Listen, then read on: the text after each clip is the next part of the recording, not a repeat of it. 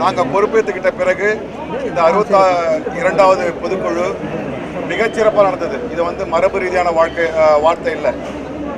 இந்த சங்கத்தை நான் 27 வருஷமாக நான் உறுப்பினராக இருக்கேன். இந்த முதல் வைபவம் ஒரு அவலச்சொல் இல்லாமல் யாருடைய மனசும் புண்படுத்தாமல் இந்த பொதுக்குழு மிகச்சிறப்பாக நடந்தேறியது.